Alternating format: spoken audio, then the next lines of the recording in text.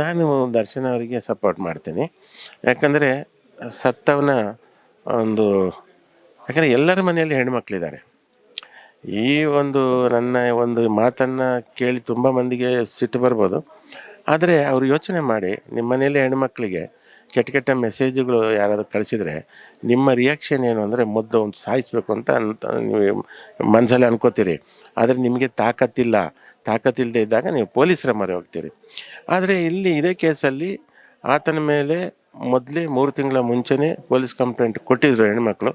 ಅವರು ರಿಯಾಕ್ಷನ್ ಮಾಡಿಲ್ಲ. ಅದಕ್ಕೆ ಅವರೇನಾದರೂ ಮಾಡಿದಿದ್ದರೆ ಈ ಘಟನೆ ನಡೀತಿರಲಿಲ್ಲ. ನಾನು ಪೊಲೀಸ್ನವ್ರ ಹತ್ರ ನಾನು ರಿಕ್ವೆಸ್ಟ್ ಮಾಡ್ಕೊಳ್ಳೋದು, ಅದು ಯಾವುದು ನಮ್ಮ ಈ ಕ್ರೈಮು ಇರುತ್ತಲ್ಲ, ಏನು ಕ್ರೈಮ್ ಅಂತೀವಿ ನಾವು,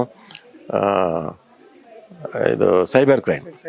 ನಾನು ಸೈಬರ್ ಕ್ರೈಮು ಪೊಲೀಸ್ನವ್ರ ಹತ್ರ ನನ್ನ ರಿಕ್ವೆಸ್ಟ್ ಏನು ಅಂತಂದರೆ, ಇನ್ನೂ ಇದ್ದಾರೆ ಈ ಥರದವರು, ಸಾವಿರಾರು ಮಂದಿ ಇದ್ದಾರೆ.